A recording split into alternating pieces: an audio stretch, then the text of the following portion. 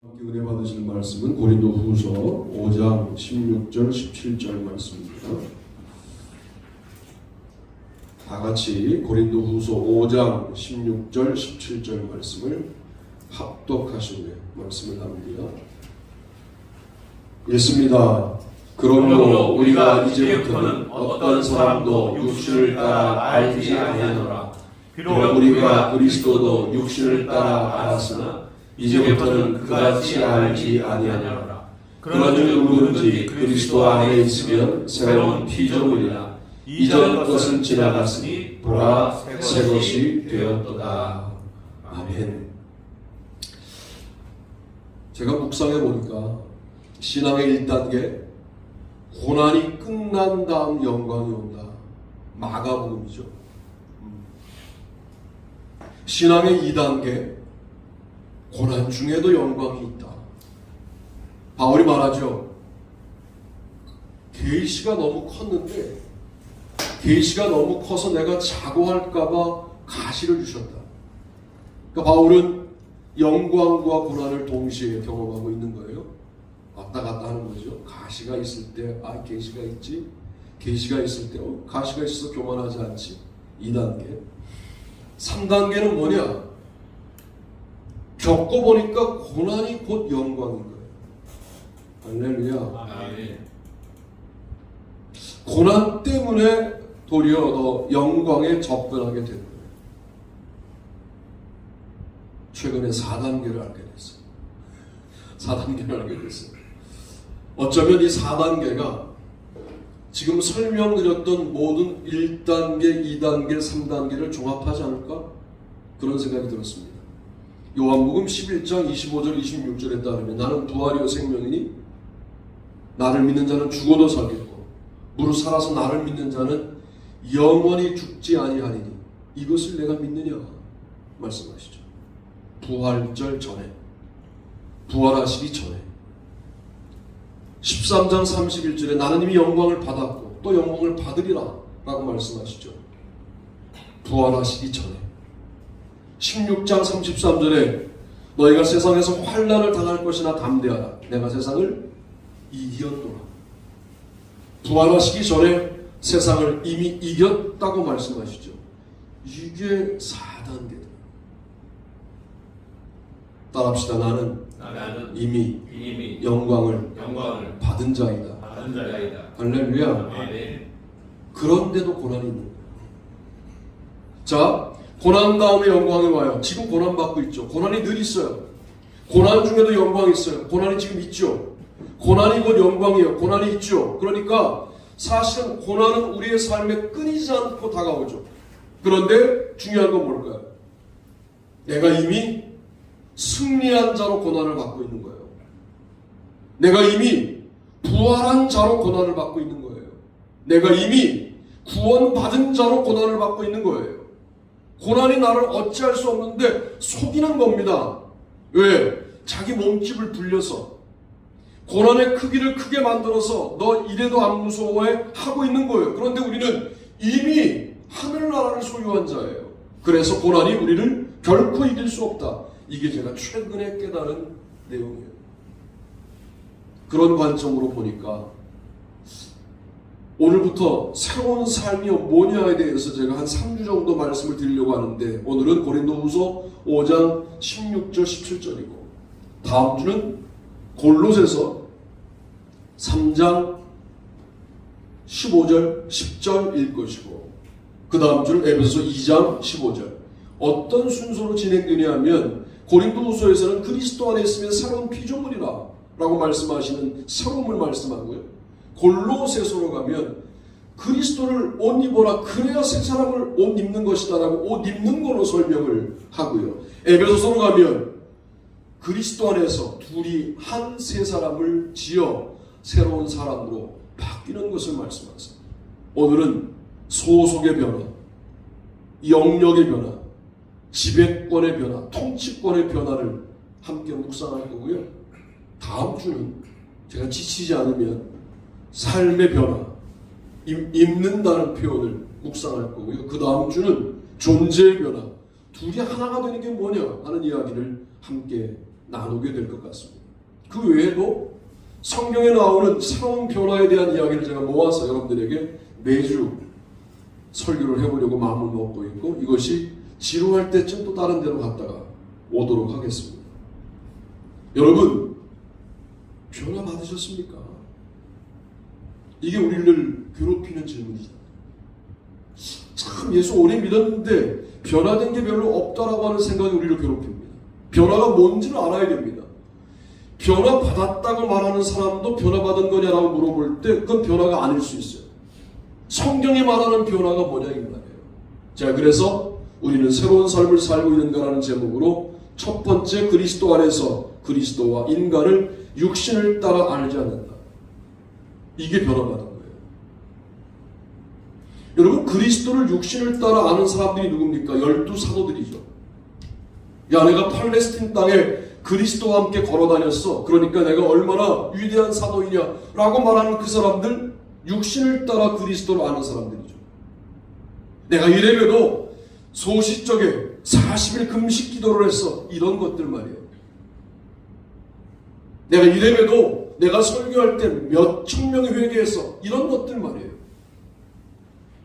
규모와 크기와 높이와 속도와 세상에서 말하는 모든 척도로 말하는 것들을 따라 살아가는 삶은 육신을 따라 살아가는 삶입니다. 그리스도를 그렇게 알지 않는다. 이게 변화받은 자의 모습이에요. 그리스도만 그렇게 알지 않는 게 아니라 사람도 결코 그렇게 판단하지 않는다.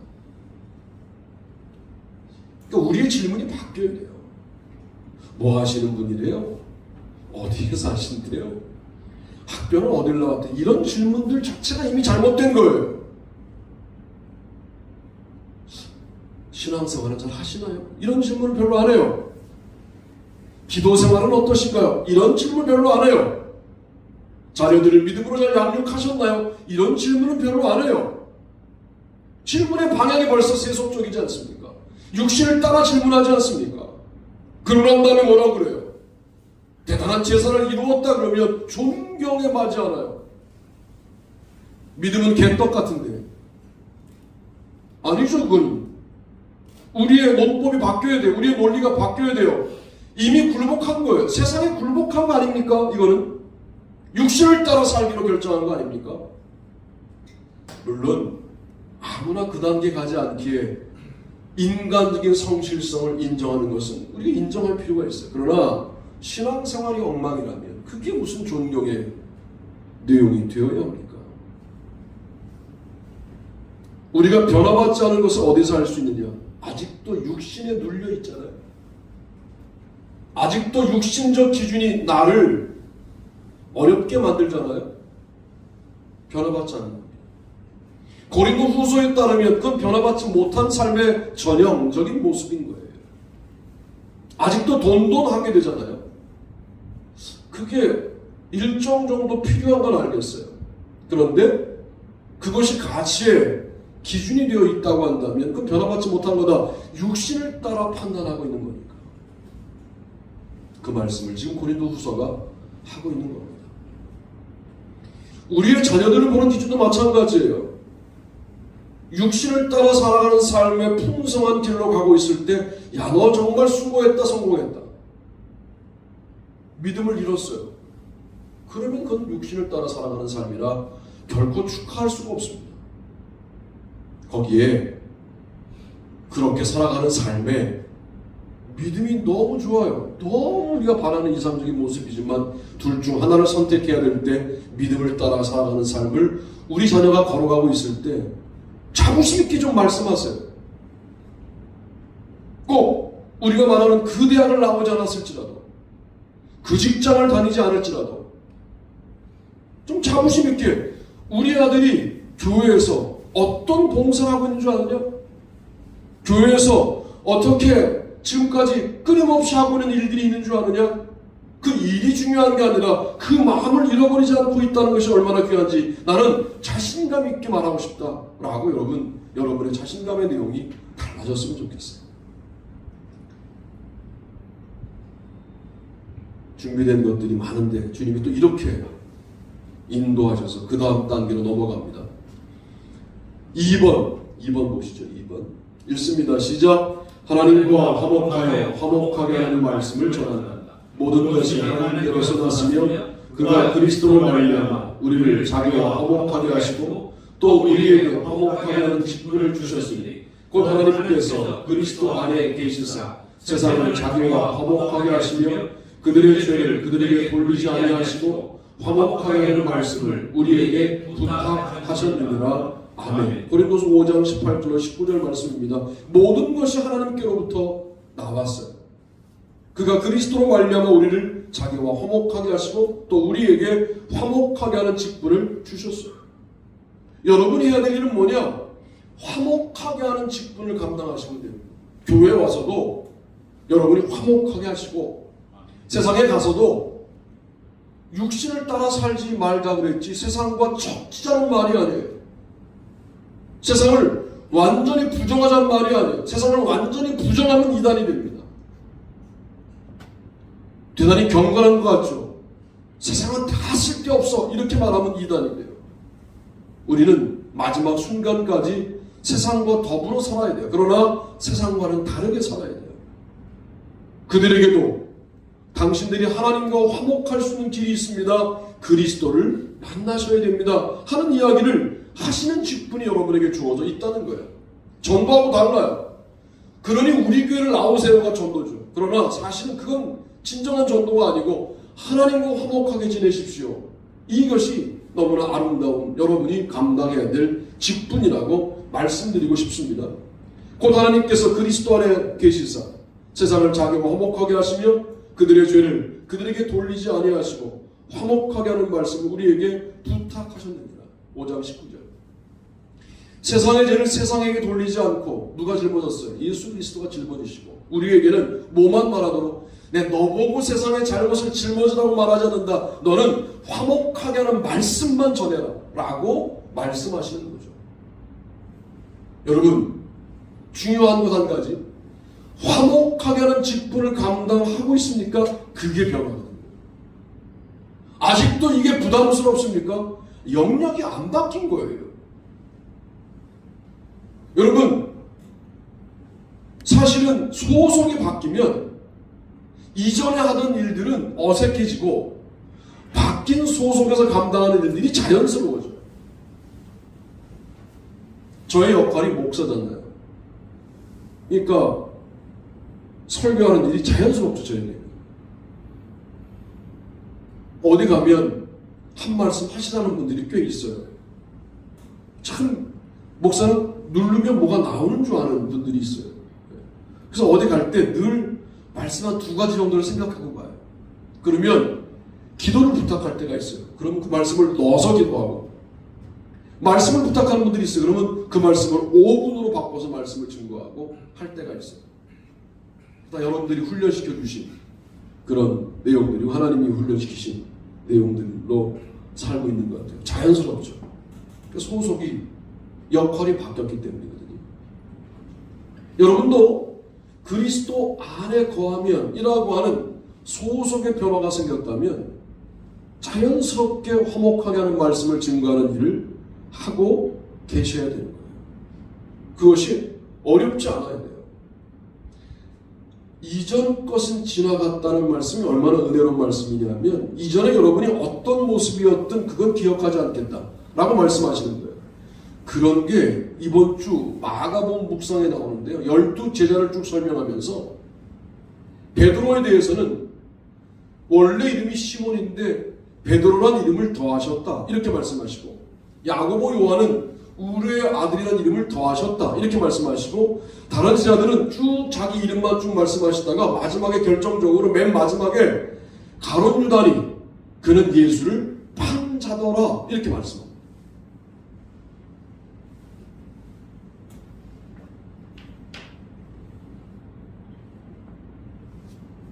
마가복음 3장 19절에 언뜻 떠오르는 베드로의 실수가 있죠. 베드로도 예수님 부인했는데 싹 빼요. 왜 그럴까를 고민해 보니까 회개했어요. 가룟 유다는 후회했어요. 똑같은 것 같지만 달라요. 후회는 사람 앞에서, 회개는 하나님 앞에서. 내가 누구 앞에서 회개하느냐가 달라져요. 사람 앞에서 한 건 후회입니다. 하나님 앞에서 하는 게 회개예요.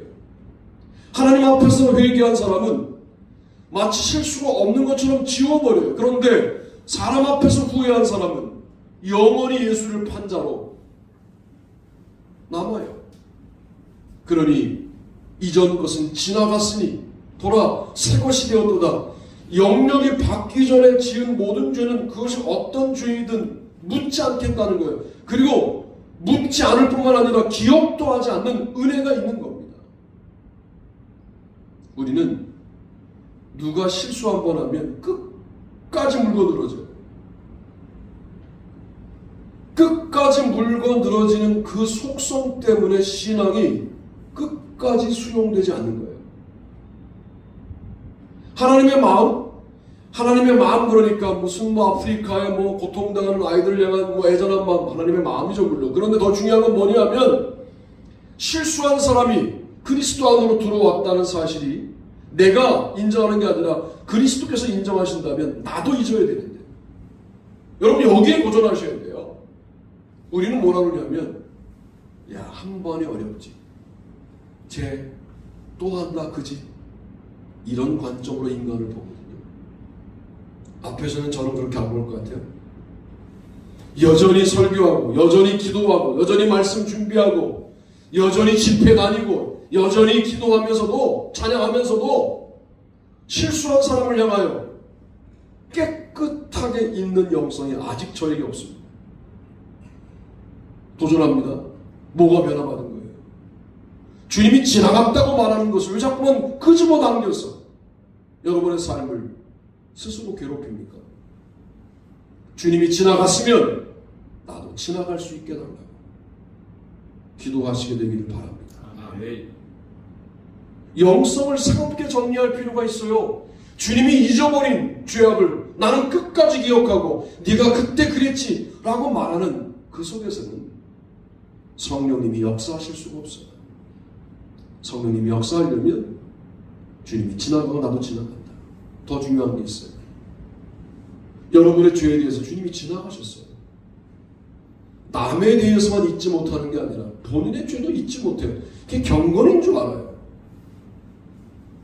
죄 짓고 떳떳하는 말이 아니라 죄를 지었지만 주님이 그리스도 안에 거하자 지나갔다고 은혜를 주셨으면 여러분도 기억하지 마세요. 똑같은 죄를 또 지을지언정 그 이전의 죄는 지나간 거예요. 또 회개하면 돼요. 그러나 이게 점점 좋아집니다. 점점 아름다워집니다. 그렇게 만들어지는 겁니다. 맨 처음에는 돌덩어리 같은데 이쪽 쪼이고 저쪽 쪼이다 보니까 아름다운 그리스도의 형상이 되는 겁니다. 하나님의 형상이 되는 겁니다.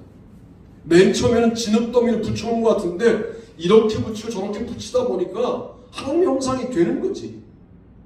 우리가 이 반복을 너무 우습게 여기지 마세요.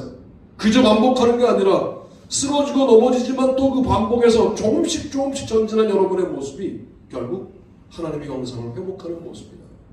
실족하지도 말고 실망하지도 마세요. 그리스도 안에 거하면 새로운 것이 됩니다. 그런 의지를 가지고 하나님과 화목하게 지내시고 하나님을 전하되 화목하게 하는 하나님의 말씀을 전하는 우리가 되기를 바랍니다. 아멘. 세 번째로 읽습니다. 시작. 하나님과 화목하여 하나님의 의가 된다. 그러므로 우리가 그리스도를 대신하여 사신이 되어 하나님이 우리를 통하여 너희를 권면하시는 것 같이 그리스도를 대신하여 간청하느니 너희는 하나님과 화목하라. 하나님이 죄를 알지도 못하신 이를 우리를 대신하여 죄로 삼으신 것은 우리로 하여금 그 안에서 하나님의 의가 되게 하려 하심이라. 아멘. 고린도서 5장 20절 21절. 너희는 하나님과 화목하라. 그래야 하나님의 의가 된다. 바꿔 말하면 행위가 우리를 구원한다는 말은 아니에요. 그러나 우리의 행위라는 게, 업적이라는 게 우리는 나열하고 싶어지죠. 선교지에 100개의 교회를 세웠어요. 몇 군데 예배드리고 있을 것 같아요? 100군데 세운 교회에서. 내가 선교지에 5,000명 세를 줬다. 한 명이 5번씩 받아요. 이벤트예요. 이 병든 거 아닙니까? 그리고 붙여놓고 싶죠. 어느 지역 뭐 하는 짓들입니까? 인생이 할 수 있는 가장 아름다운 삶의 모습이 뭔지 아십니까? 따라합시다. 하나님과 화목하라. 이건 말고 없어요. 학생들이 공부하죠. 하나님과 화목하기 위하여 공부하는 거예요. 제가 설교하죠. 하나님과 화목하기 위하여 설교하는 거예요. 여러분 앞으로 일상을 사시죠. 하나님과 화목하게 살기 위하여 일상을 사시는 거예요. 우리가 할 수 있는 최고의 실천이 하나님과 화목하는 일입니다. 근데 이거는 사실은 화목하겠다라고 또 하나님의 화목에 대하여 우리가 묵상할 때 우리의 삶에 하나님의 구원이 임하게 되는 거죠. 화목하게 사는 삶이 먼저냐, 화목하게 하는 믿음이 먼저냐, 알이 먼저냐, 닭이 먼저냐, 이렇게 말하고 있는 거지만 사실은 화목하게 하신 예수 그리스도의 십자가 사건이 있었기 때문에 가능한 일이어서 믿음이 먼저인 거죠. 그리고 우리의 삶은 주님과 화목한 삶을 살아가는 거예요. 그러면 하나님의 구원에 이르게 되는 겁니다. 제가 시작하면서 왜 생뚱맞게 고난에 대한 이야기를 드렸잖아요. 우리의 현장은 고난의 연속이에요. 그런데 이미 구원받은 자로 고난의 현장을 살아가는 삶이 하나님과 화목한 삶. 하나님과 화목하다는 말은 하나님의 계획에 순응하는 삶을 말하는 거예요. 하나님의 이끄심에 따라가는 삶을 말하는 거죠. 하나님의 계획에 나의 계획을 뾰족하게 만들어 그걸 바꾸려고 하는 게 아니라 하나님의 계획에 순응하고 따라가는 삶을 하나님과 화목한 삶이라고 한다면 그게 뭐겠습니까? 하나님의 구원 계획에 온전히 순종하는 삶인데 이미 구원받은 자로 나의 고난의 현장을 늠름하게, 담담하게, 잠잠하게 살아가는 삶이 아니겠느냐. 이게 바로 우리가 세상에서 감당해야 될 일들이다 라고 말씀을 드립니다. 하나님이 죄를 알지도 못하신 이를 우리를 대신하여 죄로 삼으신 것, 이것을 인정할 때 우리는 하나님과 화목한 삶을 살 수 있게 됩니다. 이게 소속이 바뀐 자들이 보이는 반응인 거예요.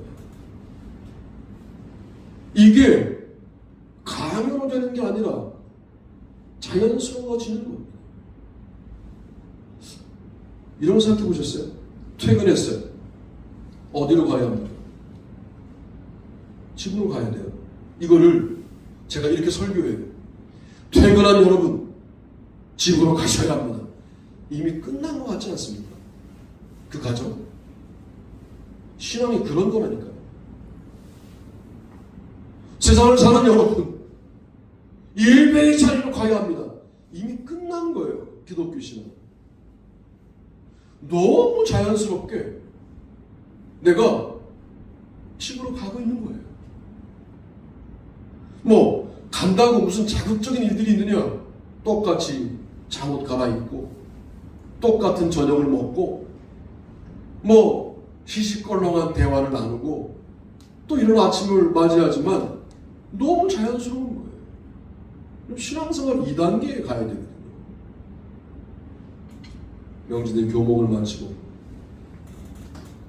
마치면 강의를 줄여서 하고 그럴 줄 알고 교목을 그만뒀더니 교목할 때 내가 강의를 배정했던 친구들이 대학의 교수들이 돼서 그만뒀다며 하고 이제 강의를 주기 시작해서 한 주에 10군데 대학을 강의했던 때가 있었어요. 한 2, 3년을 했던 것 같아요. 체력이 대단하죠. 그런데 월요일 날 서울 장신대학교를 가야 돼요. 길이 달라요. 오래된 습관에 따라 제 차가 명지대로 가고 있었어요. 전화했죠. 실장님께. 목사님 책임지세요. 그랬더니 내가 뭘 어떻게 책임질 수 있어? 제가 서울 장신대를 가야 되는데 명지대에 와버렸어. 그랬더니 크게 웃으셨어요. 여러분, 나도 모르게 가고 있는 것이 그리스도 아니어야 돼요. 이거를 내가 그리스도 안에 거하십시오. 여러분, 끝난 거예요. 신앙생활이. 이런 설교가 더 이상 없어야 돼요. 교회에서는. 너무 자연스러워야 돼요. 수많은 여자가 있지만 내 아내가 그녀 한 사람인 것은 너무 당연한 것처럼, 수많은 세상의 가치가 있지만 하나님이 유일한 하나님인 것은 나에게 당연한 그분이니까 이 관계가 어떻게 강요로 가능해지겠습니까? 그러니 오늘날 교회가 성도들을 노예로 만들고 있다고 은퇴하신 목사님의 설교가 있는 거예요. 보세요. 우리가 방향을 제대로 가고 있다니까요. 나에게 순종하는 말이 아니라 말씀이 그렇게 돼 있으니까 우리 말씀을 따라 그렇게 걸어갑시다. 아멘.